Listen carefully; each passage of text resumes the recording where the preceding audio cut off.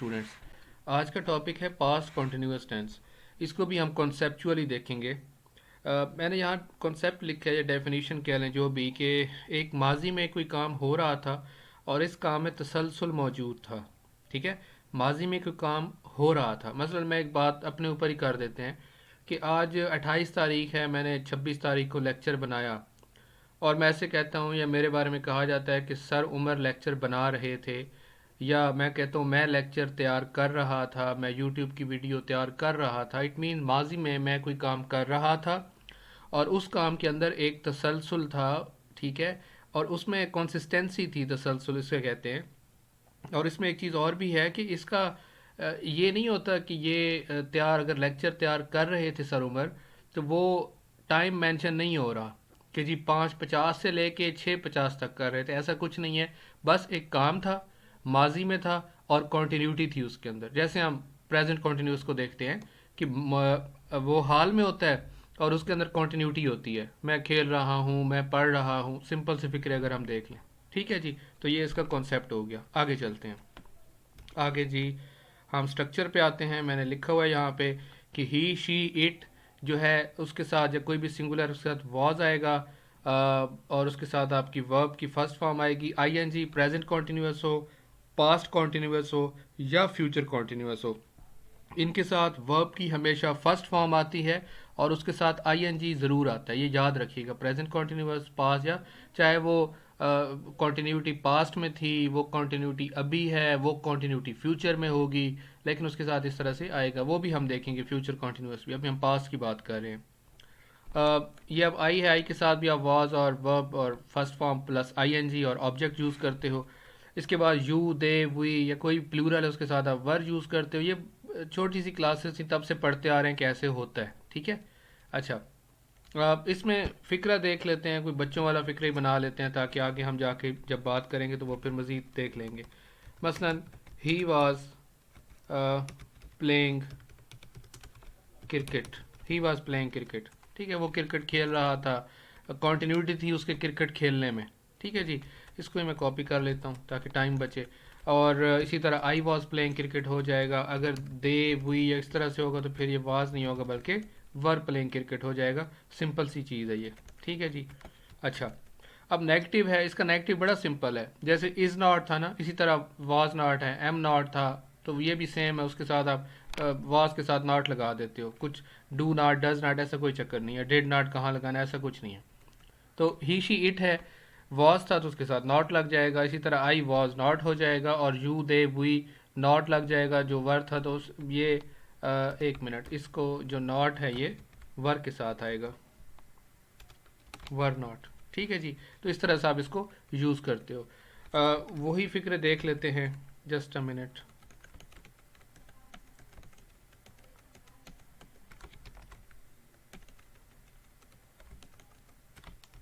ठीक है, मसलन मैं कह रहा हूँ he was playing, he was not playing.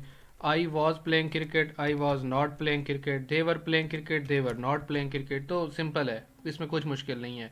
मसला पता है आप लोगों को कब आएगा? जब आप लोग लेंथी से कुछ फ़िक्रे बनाते हो, ट्रांसलेशन करते हो, लंबे लंबे उर्दू के फ़िक्रे को आप इंग्लिश में जब ट्रांसलेट करने बैठते हो तो फिर आप फंस जाते हो कि अब क्या करना है। तो उसके ऊपर तो बात आने वाली है इंशाल्लाह, वो हम आगे करेंगे। पहले बेसिक्स से तो गुजर जाएं।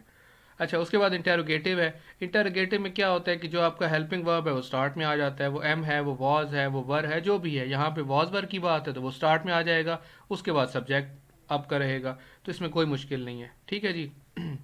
मसलन वही देख लेते हैं, ही वॉज प्लेइंग क्रिकेट, तो यहाँ पे क्या हो जाएगा, वॉज ही प्लेइंग क्रिकेट हो जाएगा और क्वेश्चन मार्क आ जाएगा। आई वॉज प्लेइंग क्रिकेट है तो यहाँ पे क्या हो जाएगा, वॉज आई प्लेइंग क्रिकेट और आखिर में क्वेश्चन मार्क आ जाएगा। दे वर प्लेइंग क्रिकेट है तो क्या हो जाएगा जी, वर दे, एक minute, were they playing cricket और क्वेश्चन मार्क आ जाएगा। तो ये यहाँ पे सिंपल हो गया। ठीक हो गया। अब कुछ फ़िक्रे देख लेते हैं। ये बड़े मज़े के फ़िक्रे होते हैं जो मैं यहाँ पे आपको देता हूँ। मसलन एक फ़िक्रा है उर्दू का कि 1960 की दहाई में या 60 की दहाई में पाकिस्तान की मईशत तेज़ी से तरक्की कर रही थी। ठीक है, कॉन्सेप्ट देखें। कोई हम माजी की बात कर रहे हैं, उस माजी में क्या हो रहा था, कोई चीज़ तरक्की कर रही थी क्या, मईशत तरक्की कर रही थी, पाकिस्तान तरक्की कर रहा था। और उसके तरक्की करने में कॉन्टीन्यूटी थी, ठीक है। और दूसरा कॉन्सेप्ट ये है कि वहाँ पे रहा था, रही थी, थोड़ा सा ये भी मौजूद है जो कि हमारी बेसिक है कि जी ठीक है, रहा है, रही है, प्रेजेंट कॉन्टीन्यूअस है, रहा था, रही थी, ये हमारा पास्ट कॉन्टीन्यूअस है। तो ये चीज़ भी मौजूद है, हमें बता रही है कि ये पास्ट कॉन्टीन्यूअस है, लेकिन कॉन्सेप्ट ये बता रहा है कि माजी में कोई ऐसी चीज़ थी जिसके अंदर कॉन्टीन्यूटी मौजूद थी। तो इसको बना लेते हैं, इसका फिक्रा बनाते हैं। In the 1960s Pakistan, Pakistan economy, क्योंकि पाकिस्तान की मईशत, तो ये जो इसे बोलते हैं एपेस्ट्रॉफ, ये जब मैं पढ़ाऊँगा ना पंक्चुएशन मार्क्स, ठीक है, colon, semi colon, dash, hyphen, ये चीज़ें तो वहाँ बताऊँगा। अभी मैं इतना बता देता हूँ, इसको एपेस्ट्रॉफ बोलते हैं, ये जो साइन है कॉमा का जिसे जो ऊपर से बना हुआ है, एपेस्ट्रॉफ का के की के लिए इस्तेमाल होता है। पाकिस्तान का, उमर का, अली का, ठीक है, अहमद का मोबाइल तो अहमद मोबाइल, तो उस तरह से हम यूज़ करते हैं। चलें आगे चलते हैं। पाकिस्तान इकोनॉमी, पाकिस्तान की मईशत क्या हुआ जी, तरक्की कर रही थी, वाज ग्रोइंग, किस तरह से, तेज़ी से, रैपिडली, ठीक है। In the 1960s Pakistan economy was growing rapidly. आगे चलते हैं। अब ये फिक्रा देखिए, मैंने ज़रा दो को मिला के बात करने की कोशिश की है। मैं जब अहमद से मिलने गया तो वो इम्तिहान की तैयारी कर रहा था। अब तो है, तो से इधर भी एक फ़िक्रा है और लेफ़्ट साइड पे भी एक फ़िक्रा है, राइट लेफ़्ट दोनों साइड पे एक एक फ़िक्रा है, जिसे हम कहते हैं एक इंडिपेंडेंट क्लॉज है, ठीक है। ये भी क्लॉज है, ये जो है ये भी क्लॉज है, ठीक है। ये जो है इंडिपेंडेंट नहीं है, डिपेंडेंट है, लेकिन है क्लॉज। ये भी वो बताऊंगा डिपेंडेंट क्या होती है, डिपेंडेंट। अभी तो हम पास्ट कॉन्टिन्यूस में हैं तो मैं आगे नहीं जाना चाह रहा। अब यहाँ पे क्या है, मैं जब अहमद से मिलने गया, ये कौन सा टेंस है, ये टेंस है कि हम माजी में हमने कोई चीज़ ऐसी की है जो शुरू की और माजी में ही ख़त्म भी हो गई, कुछ हुआ, कुछ काम हुआ और ख़त्म हो गया। मैं अहमद से मिलने गया, ऐसा थोड़ी है कि मिलने जा रहा हूँ, मिलने जाता हूँ, बार बार जाता हूँ, ऐसा तो कुछ नहीं है। तो माजी है, इट मीन ये पास्ट इंडेफिनेट है। तो वो इम्तिहान की तैयारी कर रहा था। अब अहमद क्या कर रहा था कि माजी में उसके काम में कोई कॉन्टीन्यूटी मौजूद थी और वो क्या कर रहा था, इम्तिहान की तैयारी कर रहा था। तो कैसे बनाएंगे, जो ये वाला है इसको हम पास्ट इंडेफिनेट में रखेंगे, जबकि जो ये वाला आपका फिक्रा है या क्लॉज है इसको हम किस में रखेंगे, पास्ट कॉन्टीन्यूअस में। चलें बनाते हैं। When I went to meet Ahmad, go went gone, verb की सेकंड फॉर्म आती है पास्ट इंडेफिनिट में, मैं ऑलरेडी बता चुका, उसके ऊपर वीडियो मौजूद है। He was preparing for the exam, ठीक है जी, ये फिक्रा भी हो गया हमारा। आगे चलते हैं। अब ये देखें, एक बूढ़ी औरत सड़क पर बैठी थी। अब देखें यहाँ पे कोई रहा, रही, ऐसा कुछ नहीं है, ये वही है जिस तरह मैंने पहले बात की थी कि अली ने सफ़ेद कपड़े पहने हुए हैं। आप लोगों को याद होगा, जिन लोगों ने मेरी वो वीडियो देखी है उनको पता होगा, प्रेजेंट कॉन्टीन्यूस में मैंने बताया था। तो यहाँ पे एक कॉन्टीन्यूटी है कि बूढ़ी औरत थोड़ी देर के लिए सड़क पर बैठी हुई थी। ऐसा नहीं है कि वो अगले 10 साल सड़क पर उसने बैठे रहना है, उसने जगह शिफ्ट करनी है, ठीक है। तो अब इसके अंदर कॉन्टीन्यूटी थी और माजी में, तो कौन सा टेंस है ये पास्ट कॉन्टीन्यूअस टेंस है। रहा रही पे नहीं रहना आप लोगों ने, मैं हमेशा से कहता हूँ कॉन्सेप्ट से इंग्लिश देखनी है। कोई भी सब्जेक्ट इंग्लिश है, कोई भी है, वो कॉन्सेप्ट बेस्ड होता है। An old woman was sitting on the road, ठीक है। इंशाल्लाह मैंने आपकी इतनी प्रैक्टिस करवा देनी है कि आपको लिए कोई मुश्किल नहीं होगी इन चीज़ों की, बहुत प्रैक्टिस होने वाली है, अभी तो स्टार्ट है चीज़ों का। अच्छा, अब यहाँ पे देखें, मीनार पाकिस्तान पे एक जलसा हुआ है पीटीआई का, तो उसके ऊपर मैंने एक फ़िक्रा बना दिया कि मीनार पाकिस्तान के जलसे में लोग इकट्ठे हो रहे थे। जी, पास्ट में कॉन्टीन्यूटी, रहा, रही, रहे, और थे है तो पास्ट है, ठीक है। कॉन्टीन्यूटी यहाँ से शो हो रही है, यहाँ से आपके पास पास्ट शो हो रहा है, तो ये समझ आ गया। और वैसे भी ओवरऑल फ़िक्रे को देखें तो पता चल रहा है कि कोई माजी में कोई काम हो रहा था और उसमें तसलसल था। तो क्या लिखेंगे, इकट्ठे होने को गैदर कहते हैं। People were gathering, people were gathering at Minar-e Pakistan procession, जलसे को प्रोसेशन बोलते हैं, ठीक है, रैली नहीं कहेंगे इसको, प्रोसेशन बोलेंगे। आगे चलते हैं। 1947 में लोग हिंदुस्तान से पाकिस्तान हिजरत कर रहे थे। अब ये कौन सा है? ये माजी में कोई कॉन्टिन्यूटी थी, कोई काम हो रहा था। क्या हो रहा था? हिजरत हो रही थी। जब सिखों ने उन पर धावा बोल दिया, सिखों ने क्या किया? कॉन्टिन्यूटी नहीं हुई, एक काम स्टार्ट किया। कौन सा स्टार्ट किया? तलवारें लेके आए, मुसलमानों के ऊपर हमला किया। धावा बोलना बोलते हैं हमला करने को, ठीक है, उनको अटैक किया।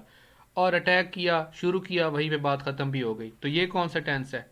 ये आपका पास्ट इंडेफिनेट है। ये कौन सा टेंस है? पास्ट कॉन्टिन्यूस है, ठीक है, ये पास्ट कॉन्टिन्यूस है। जबकि जो जब सिखों ने उन पर धावा बोल दिया, पास्ट इंडेफिनेट। इन दोनों को मिला के बात करते हैं। इन 1947 पीपल, अब हिजरत को क्या बोलते हैं? माइग्रेशन करना। पीपल वर माइग्रेटिंग, माइग्रेट है तो माइग्रेटिंग हो जाएगा वर्ब के साथ आईएनजी, फर्स्ट फॉर्म है प्लस आईएनजी।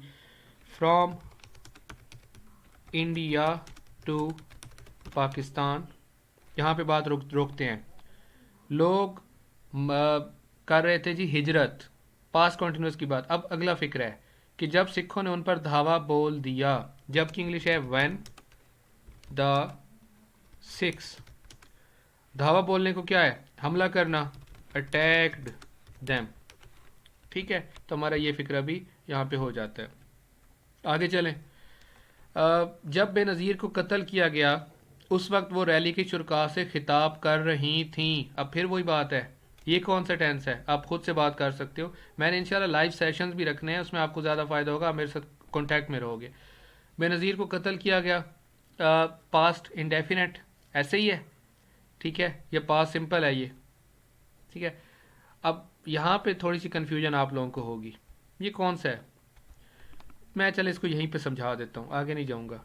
जब बेनज़ीर को कत्ल किया गया, मुझे एक चीज़ आप लोगों ने बतानी है कि क्या यहाँ पे जो जिसने बेनज़ीर को कत्ल किया या जिसने गोली चलाई थी, आपको याद होगा वो इंसिडेंट भी, तो क्या यहाँ पे हम ये बता रहे हैं कि बेनज़ीर को फ़लाँ बंदे ने कत्ल किया, या हम ये कह रहे हैं कि फ़लाँ बंदे के ज़रिए कत्ल हुई?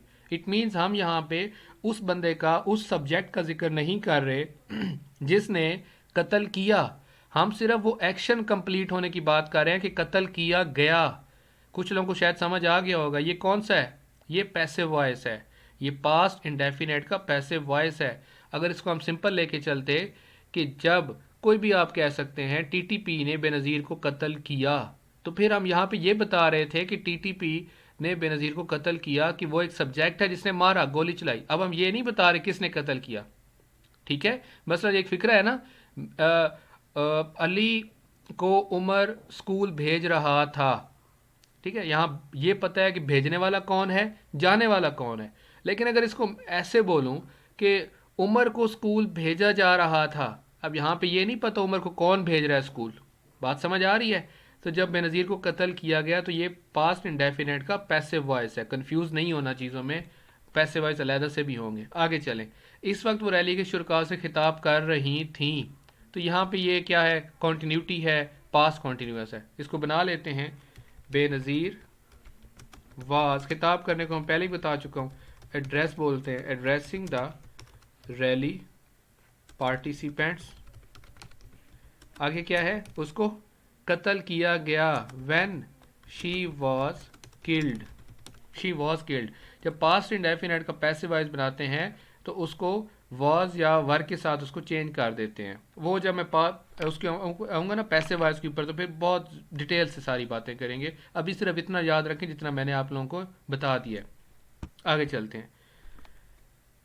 जब पाकिस्तान में ये जो सेंटेंसेस हैं ना जिस तरह के मैं दे रहा हूँ, ये बड़े इंटरेस्टिंग होते हैं और बहुत नॉलेज आता है इससे।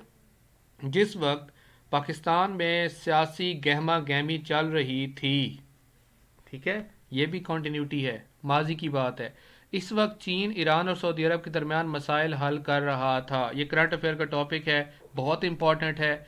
इस दफ़ा के पीएमएस में या सीएसएस में ये आ सकता है कि चीन जो है उसने ईरान और सऊदी अरब के दरमियान ताल्लुकात को काफ़ी हद तक बेहतर कर दिया, अदरवाइज तो ये कॉन्फ्लिक्ट में ही रहते रहे हैं, ठीक है। तो अब ये दोनों कौन से हैं? ये दोनों फिक्रे कौन से हैं? गहमा गहमी चल रही थी, ये भी पास्ट कॉन्टिन्यूस है। हल कर रहा था, ये भी पास्ट कॉन्टिन्यूस है, ठीक है। इसको बना लेते हैं, एट अ टाइम व्हेन, सियासी गहमा गहमी क्या इंग्लिश होती है? पॉलिटिकल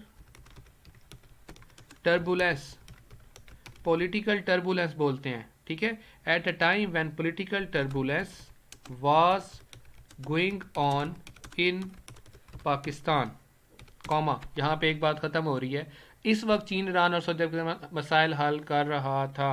एट अ टाइम तो ऑलरेडी हमने लिख लिया है। China was solving the problems, एक minute, solving the problems between Iran and Saudi Arabia. ठीक हो गया। ये लेंथी फिक्रे बनाते हो तो आपके अंदर एक कॉन्फिडेंस लेवल बिल्ट हो जाता है कि जी हम तो बड़ी लंबी लंबी बातें कर सकते हैं, हमें तो कोई मसला नहीं होने वाला। ठीक है, आगे चलते हैं। ये लास्ट है जी, आज का लास्ट फिक्र है। कई सालों से कश्मीरी आज़ादी की जंग लड़ रहे थे। कॉन्सेप्ट क्या कह रहा है? पास में कॉन्टीन्यूटी, लड़ रहे थे भी यहाँ से ही रहा रही आ रहा है, लेकिन पास में कॉन्टीन्यूटी का कॉन्सेप्ट है। जब मैं सारे टेंस करवा दूंगा तो फिर हम कई तरह के फिक्रे, पैराग्राफ्स वगैरह करेंगे। कश्मीरीज वर, अब ये प्लूरल में है तो वर आ जाएगा, fighting for freedom for many years. ठीक है जी। तो इस तरह से आप चीज़ों को देखो। देखें, आपके पास जो स्ट्रक्चर आ जाता है वो तो आपने 8वीं 9वीं 10वीं, बल्कि अब तो 5वीं 6वीं 7वीं में भी पता है कि जी वाज आएगा, वर आएगा, सब्जेक्ट प्लूरल है, सिंगुलर है, सारा कुछ है।